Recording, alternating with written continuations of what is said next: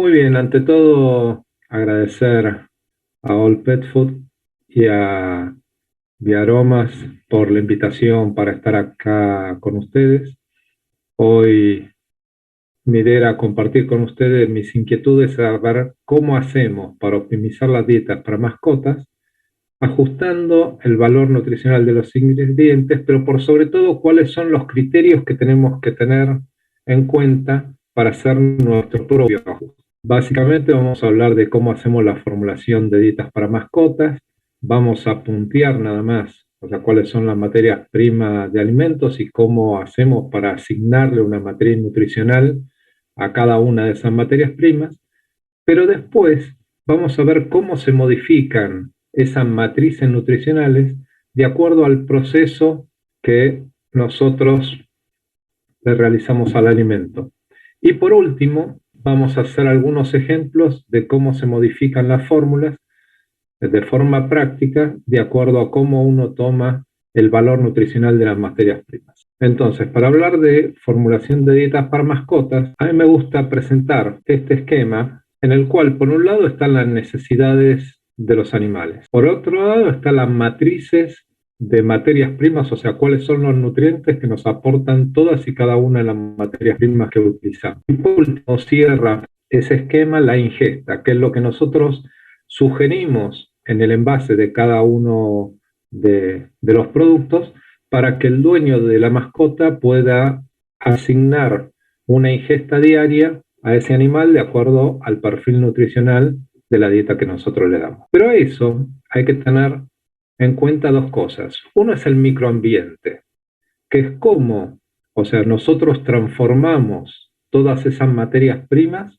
para que realmente puedan llegar a cubrir las necesidades de los animales. Y por el otro, tenemos un macroambiente, que en el macroambiente está todo lo que tiene que ver con lo externo a la formulación y a todo lo que hacemos en la planta, básicamente con dos puntos de vista. Uno, la idiosincrasia y el propietario de la mascota, por ejemplo, si nosotros vamos a diseñar un alimento para perros veganos, es porque los dueños, los propietarios de esas mascotas son veganas. Y si tenemos que hacer un alimento especial, por ejemplo, un alimento atávico, un alimento, entonces todo eso hace que nosotros tengamos que adaptar toda la formulación a un mercado. Y por último, ¿cuál es el costo de todas y cada uno de esos ingredientes y los procesos para poder llegar al mercado con un alimento óptimo y al mejor precio?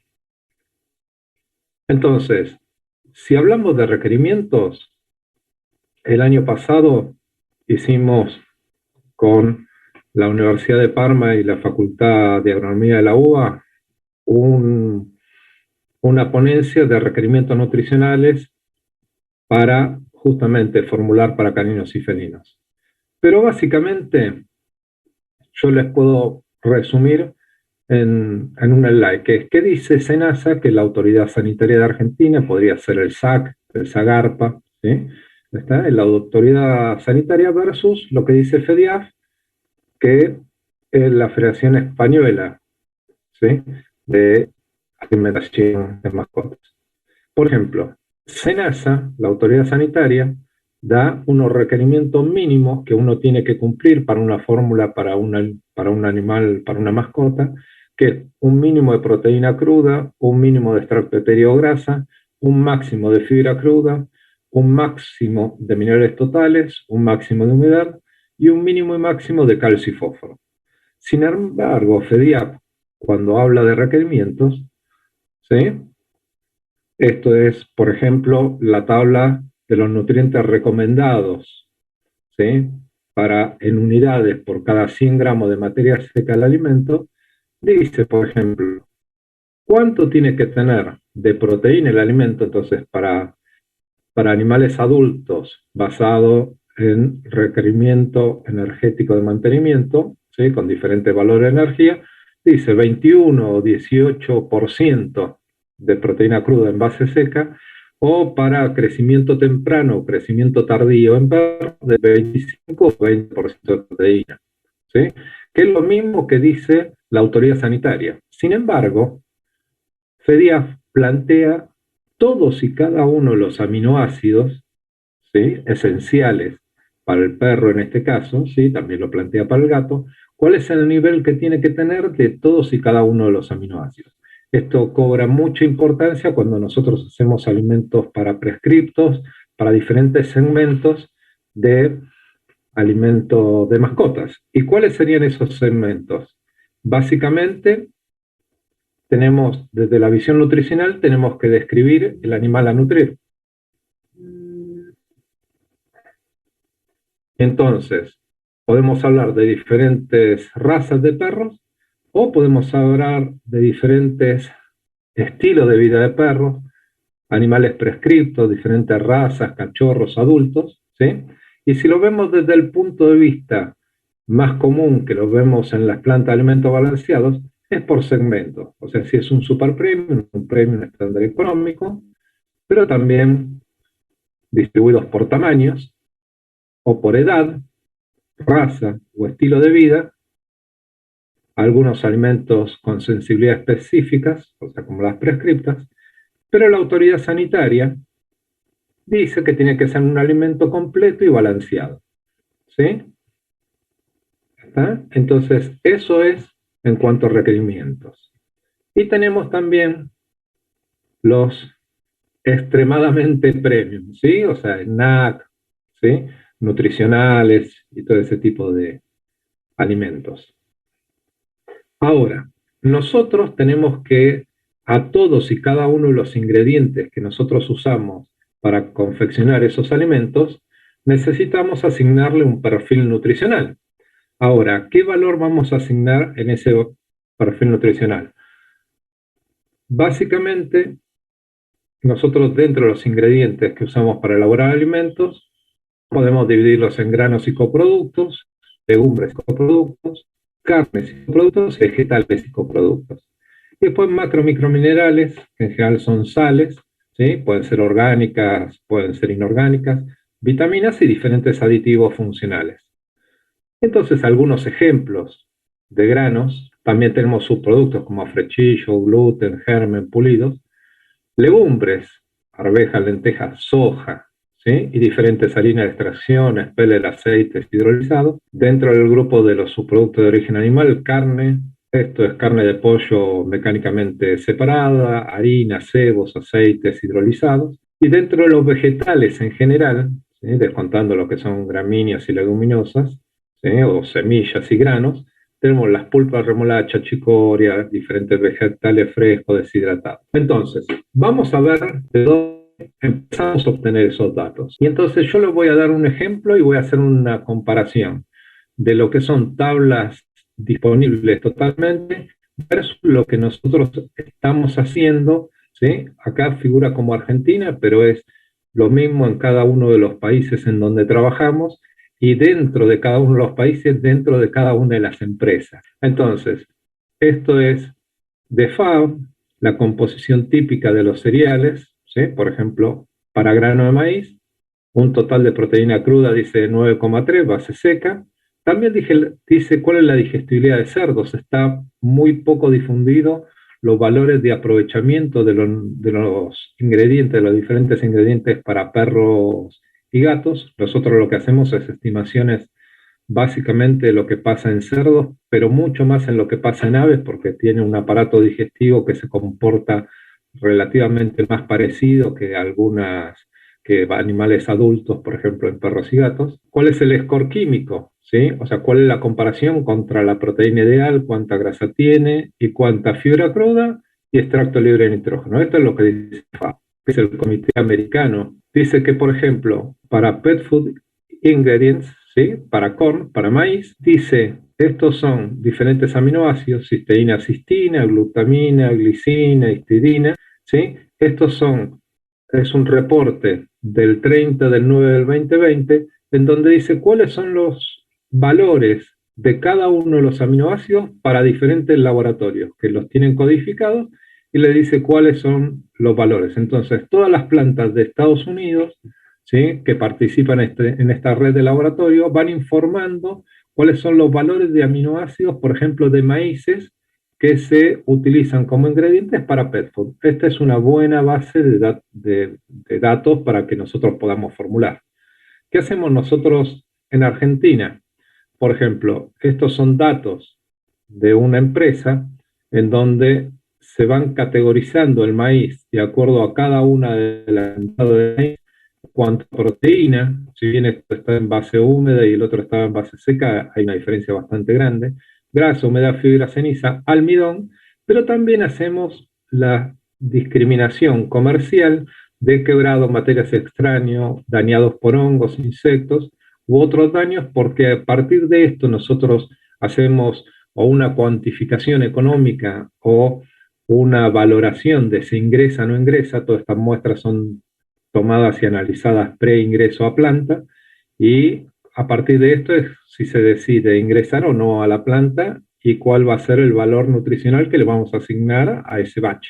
Y también lo que nosotros hacemos, por ejemplo, con respecto a aminoácidos, como nosotros no podemos analizar como ellos, y estos son datos históricos, por ejemplo, de AFCO de aminoácidos, lo que nosotros hacemos es a partir del maíz, lo que hacemos a partir de datos históricos, que tenemos la posibilidad de hacerlo por año de cosecha, es en función de la proteína del grano de maíz, vamos analizando al paralelo los aminoácidos y generamos curva de regresión. Y como ven, o sea, nosotros vamos de un valor más chico, por ejemplo, para la lisina, que es un 70%, 69,91% de precisión, hasta valores que van hasta un 99%, 99,5, 99,5 acá también para la trionina. Entonces podemos darnos por satisfechos con un 99% de certeza o con el menor un 70% de certeza, si el resto de los aminoácidos son valores intermedios, por esto están mucho más grandes, y lo que vemos es que la proteína, no todos los aminoácidos se mueven igual de acuerdo a la proteína. Entonces, nosotros lo que hacemos es vamos generando esta base de datos para que campaña tras campaña, o dependiendo incluso del origen del grano de maíz, podamos estimar mucho mejor el aporte de aminoácidos que tienen. Hemos hablado de la harina de soja, la harina de soja de FAO y PetFood, ¿sí? Versus lo que hacemos varios acá en la industria en Argentina, ¿sí? FAO describe la harina de soja, ¿sí? Pero también empezó a describir desde el año 92 cuál es lo que nosotros llamamos aquí en Argentina el expeller de soja o soybean meal con extracción solo mecánico. El soybean meal, o sea, la harina de soja tradicional, es extraída por presión y solvente, ¿sí? Esta es extraída por presión y no por solvente. Entonces, tenemos las tablas de la harina de soja descascarada, ¿sí? La que es regular y la que es la Hypro, ¿sí? Pero aparte dice cuál es el expeller y cuál es extraída por aceite. También extraída de aceite, también por solvente. Entonces, el expeller tiene un 7% de lípidos contra 1,5% que tiene la harina de soja Hypro. Y lo importante es entre la harina de soja descascarada llamada Hypro de la regular, ¿sí? Es el porcentaje de proteína de 44 para 40, ¿sí? Y el porcentaje de fibra 4,5 contra 7, porque esto tiene que ver con la cinética de esos hidratos de carbono dentro del aparato digestivo de las mascotas. Y también para eso nosotros generamos las ecuaciones de predicción de las harinas de soja y de los expeller para tener un valor de referencia de aminoácidos, por ejemplo, para la trionina, de 98,56% de precisión, o sea, se nos escapa un 1,5% de valores, con lo cual nosotros nos damos muy por satisfechos, porque a partir de un análisis de proteína cruda, que lo podemos hacer en cualquier laboratorio, ¿sí? Vamos a poder predecir el valor de todos y cada uno de los aminoácidos. Y también, si nosotros evaluamos la solubilidad de hidróxido de potasio, que es una técnica para ver sobrecocinado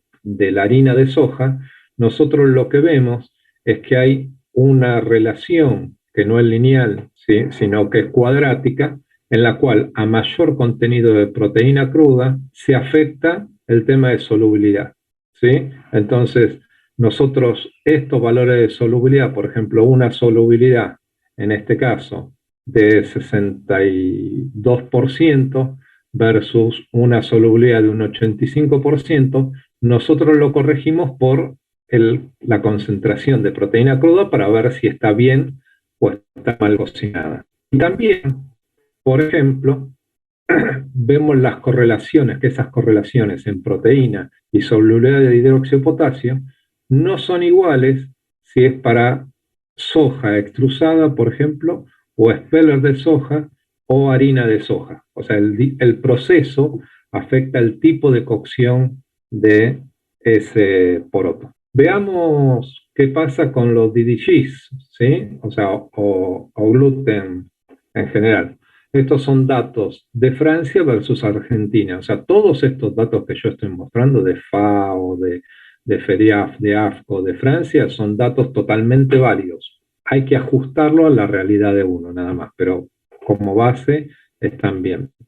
Entonces, por ejemplo, Francia presenta su base de datos en Fitpedia, ¿sí? Y entonces ellos dicen, por ejemplo, para el grano de maíz, ¿sí? ¿Está? En este caso, el destilado del grano de maíz, o sea, lo que para nosotros son DDGs o para los americanos es DDGs, y le dice cuál es el promedio del bioestándar mínimo máximo, ¿sí? Y el número de muestras para materia seca, proteína, fibra, extractotéreos, ¿sí? ¿Está? Y también para minerales y continúa con valores de aminoácidos. Entonces, uno puede llegar a utilizar esta base de datos si no tiene otra, como para empezar a aproximarse a una base de datos propia. Nosotros ahora a mediados de de agosto, se presentó este trabajo, que es una tesis de doctorado, ¿sí? De Armando Nilsson, que es uso de los DDGs en la alimentación de pollo de carne. Ahí él ya esboza una matriz sobre los DDGs de Argentina. Entonces, nosotros ahora en vez de usar los datos franceses, empezamos a usar datos que se generan en diferentes lugares que son más próximos en cuanto a materia prima o en cuanto a procesos. México, ¿sí? Sorgos, ¿sí? Tercer exportador de productor y comercializador de sorgos, realmente una base de datos espectaculares en cuanto a sorgos. Esto es el contenido de aminoácidos observados en sorgos producidos en una localidad durante el ciclo 2008-2009, ¿no? Entonces hay diferentes tipos de sorgo y cuál es el valor de aminoácido de cada uno de ellos.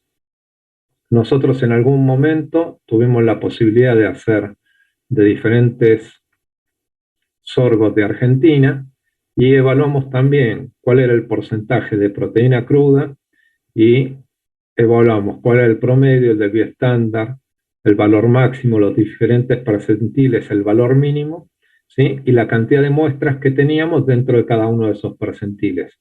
Esto nos servía para generar nuestra propia base de datos para difundir y realmente hacer esta base de datos disponibles para todos los nutricionistas. ¿Qué pasa, por ejemplo, con el tema de micotoxinas? Para acá muestro un ejemplo de lo que hay de Brasil y algunas cosas que nosotros hicimos. Brasil realmente tiene muy bien categorizado año por año, ¿sí? O sea, cuáles son la cantidad de muestras positivas, todo el rango, el promedio, el tipo de análisis. Realmente una base de datos es estupenda, ¿sí? ¿Está? Nosotros hicimos un pequeño trabajo, ¿sí? En muestras de maíz obtenidas en 2 años en cuanto a fumo, micinas, porque nos habían empezado a aparecer algunos casos positivos, entonces queríamos ver cómo se manejaban interanuales, ¿sí? Y de aflatoxinas porque son los clásicos de los acopios. Entonces, ahora que ya sabemos, o sea, cuál es la base de nutrientes que nosotros usamos para formular, vamos a ver cómo la ajustamos por procesos. Nosotros supongamos que hacemos un alimento balanceado ¿sí? Extrusado para mascotas. No me voy a focalizar en húmedos. Esos datos de materias primas son estos aportes de materias primas, ¿sí? Entonces, en base a algunas cosas que ya habíamos hablado, lo que vamos a hacer es focalizar en el microambiente, lo que es la elaboración de alimentos. Y entonces, si vamos a hablar de plantas elaboradoras de alimentos, ¿sí? O sea, nosotros tenemos diferentes tipos de plantas, ¿sí? Las cuales cada una es una cocina totalmente diferente, ¿sí? Que se basa en el mismo proceso, ¿sí? De extrusión, pero con diferentes complementos. Esta es la vista total de lo que sería un monitor de una planta, ¿sí? Esto serían los diferentes parámetros que tenía esa planta en ese momento, que uno los fija para poder producir, ¿sí? Estas son diferentes esquemas de plan de alimentos balanceados, pero básicamente el resumen es este, ¿sí? Cómo cocinamos, ¿sí? Y cómo preparamos los alimentos de mascotas. Y nos ha tocado trabajar en plantas realmente muy chicas en las cuales hoy día se están haciendo algunos alimentos o complementos muy buenos para la nutrición, pero porque son plantas realmente muy chicas, ¿sí? Hasta me ha tocado la posibilidad de estar en Canadá, en donde en una planta multiespecie, este era uno de los depósitos de materias primas, esta era la forma en la cual se descargaba harina de carne, cuyo control de calidad se hacía previo a la carga en el proveedor, o sea, los análisis de calidad se hacían previo a que salga el camión de la planta proveedor, y por aquí era el ingreso a esta planta, y acá tenemos al orgulloso dueño de la planta, cuya oficina era una mesa de reunión, y los monitores de donde podía controlar, son los monitores, ¿sí? De donde él podía manejar o controlar qué estaba pasando en cada una de las partes de las plantas. Veamos qué pasa con las plantas elaboradoras de alimentos. ¿Qué pasaría si, por ejemplo, nosotros modificamos la molienda, ¿sí? Achicamos el tamaño de partícula de los macro de los micro? ¿Qué pasa si modificamos el acondicionado? ¿Sí? El acondicionado, ¿qué tiene que ver? Por ejemplo, y bueno, cuánta agua tiene, cuánto es el tiempo de retención. ¿Qué pasa con el extrusado? ¿Qué pasa si cambiamos el valor de la presión, la adición de aceites, de agua en cada uno de los segmentos del extrusor? Básicamente, si hablamos de extrusor, estamos hablando de esto. O sea, de un calor seco por fricción, en el cual si nosotros agregamos aceite aquí adentro, esto está más aceitado, fricción menos, si agregamos más agua, depende en dónde lo estemos agregando, gelifica de manera diferente y tiene más o menos posibilidades de expandir los almidones. Si volvemos al esquema anterior, o sea, si nosotros seteamos cuánto es el vapor del preacondicionador, por ejemplo, el agua en el preacondicionador, todo esto lo setea uno para que se maneje, ¿sí? Automáticamente, ¿sí? Las temperaturas en cada una de las zonas del extrusor. Todo esto tiene que ver con el producto que queremos hacer, si es un alimento económico o un super premium, cuáles los ingredientes que estamos usando, cuál es la composición nutricional y cómo se van a comportar. Y cada parte suma ese todo, ¿sí? O sea, nosotros a partir de esto, ¿sí? Llegamos a esto y tenemos que ir controlando cada una de las partes del proceso para poder llegar a un producto final óptimo. Entonces, comparando las fuentes de almidón, estos son algunos trabajos que realizamos nosotros. O sea, ¿qué pasa con el arroz, con el trigo y con el maíz si nosotros aumentamos la temperatura? Aquí lo que vemos es que aumenta la expansión de la croqueta, por lo tanto la gelificación de los almidones. ¿Qué pasa con la papa? La papa es alto, ¿sí? La expansión, pero no es afectada por la temperatura. En cambio, en el maíz cerealoso es al revés, o sea, es baja, pero a su vez disminuye.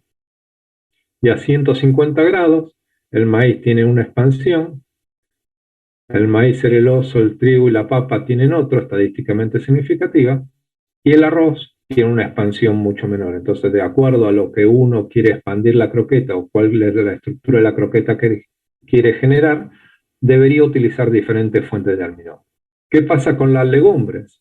Fíjense, estos son datos de literatura donde muestran que la harina de garbanzo cruda, la harina de garbanzo extruida, bajan, tiene una reducción de la disponibilidad de aminoácidos desde un 55% hasta aproximadamente un 20%, dependiendo del tipo de aminoácido. Entonces, si nosotros queremos formular con la cantidad de lisina digestible y toda esa lisina sumamos que viene del garbanzo, deberíamos ponerle el doble de lisina para llegar a un valor de lisina que ingiere el animal de acuerdo a que nosotros queremos. Veamos cómo hacemos con las formulaciones prácticas. Teníamos que tener en cuenta que los aportes ahora los teníamos que modificar con la elaboración. Entonces, esto es una fórmula que tiene un precio histórico, estos no son precios actuales, donde está cargada las materias primas tal cual es como se analizan al ingreso a la planta. Pero esta misma fórmula, o sea que está acá, uno la puede formular no con ese maíz, sino el maíz con el proceso uno. O sea, entonces, ¿qué es lo que cambia? Cambia la disponibilidad de, por ejemplo, de los almidones. O sea, nosotros no comemos maíz crudo, nosotros comemos o popcorn, o sea, pororó, comemos polenta, ¿sí? Comemos locro, comemos tamales, pero el maíz lo comemos cocinado. La soja pasa exactamente lo mismo, ¿sí? La harina de carne, o sea, también sufre alteraciones durante el proceso. El gluten meal, el afrechillo de trigo, ¿sí? Todo esto hace que cambie la fórmula. Y si comparamos, por ejemplo, una fórmula con el perfil clásico, con el perfil procesado, por ejemplo, de maíz, una tiene 36,23 y con maíz de proceso tiene 36,7. ¿Por qué? O sea, tiene un poco más, porque posiblemente, o sea, requiera un poco más para llegar a los niveles, por ejemplo, de almidón que yo quisiera generar. Acá esto está fijo, por ejemplo, la harina de soja Hypro, ¿sí? La harina de vísceras, fíjense cómo baja. ¿Por qué? Porque de otras materias primas me hacen más disponibles los aminoácidos. Entonces no necesito tanta cantidad de harina de vísceras para cumplir con el perfil nutricional que yo quiero, ¿sí? De harina de carne me permite agregar un poco más. ¿Por qué? Porque con los procesos que estoy haciendo estoy mejorando la disponibilidad, ¿sí? El gluten meal está fijo porque si no me daría una distorsión muy grande, al igual que el afrechillo, ¿sí? Inerte, donde tendríamos los antioxidantes, las vitaminas, los minerales, sal, aceite de pollo de cobertura, que fíjense que agrega un poco más, y saborizante que también está fijo. Entonces, ¿cuál es el perfil nutricional? O sea, fíjense que el perfil nutricional, si yo tomo la fórmula tal cual con las matrices clásicas, me da 26,24 de proteína. Si la tomo con el maíz procesado, me da 26,55. ¿Sí? O sea, realmente el procesado de esta materia prima me está dando un mejor perfil nutricional. Pero aparte de todo esto, que es el requerimiento de mi fórmula, también puedo ver, por ejemplo, la digestibilidad en caninos de cada uno de los aminoácidos. Entonces, fíjense que la digestibilidad en caninos de esta fórmula de la clásica era 69,5 y pasó realmente a estar en 64,79. O, por ejemplo, de la treonina, de 68,27 a 67,64. Los almidones totales son los mismos, pero si analizamos la fibra fermentesible, fibra no fermentesible, vemos que cambia. O sea, la fibra fermentesible pasa de 16,6 a 19,3, ¿sí? Con lo cual podemos llegar a tener procesos de disbiosis intestinales, ¿sí? Nada más que, o sea, esto lo podemos predecir mediante fórmulas. O, por ejemplo, el perfil de aviocilanos, cuya principal fuente es el maíz. O los valores de energía, de 3.544 a 3.565.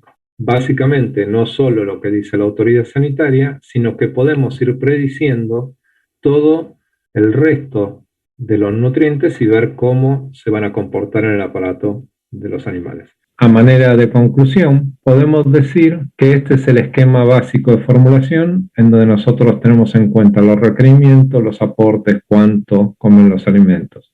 Pero por sobre todo tenemos que tener en cuenta la planta de fabricación de alimentos que nosotros tenemos. Y para eso, no importa quién es el que hace el fuego más grande, sino que quién es el que puede manejar mejor la parrilla. Existen equipamientos realmente muy buenos en el mercado. Hay algunos chicos que uno tiene que adaptar. Uno se tiene que adaptar a las posibilidades que tiene. Pero hay que tener en cuenta que justamente la fabricación de alimentos es el corazón de realmente de tener un buen alimento, un buen producto final. Muchas gracias.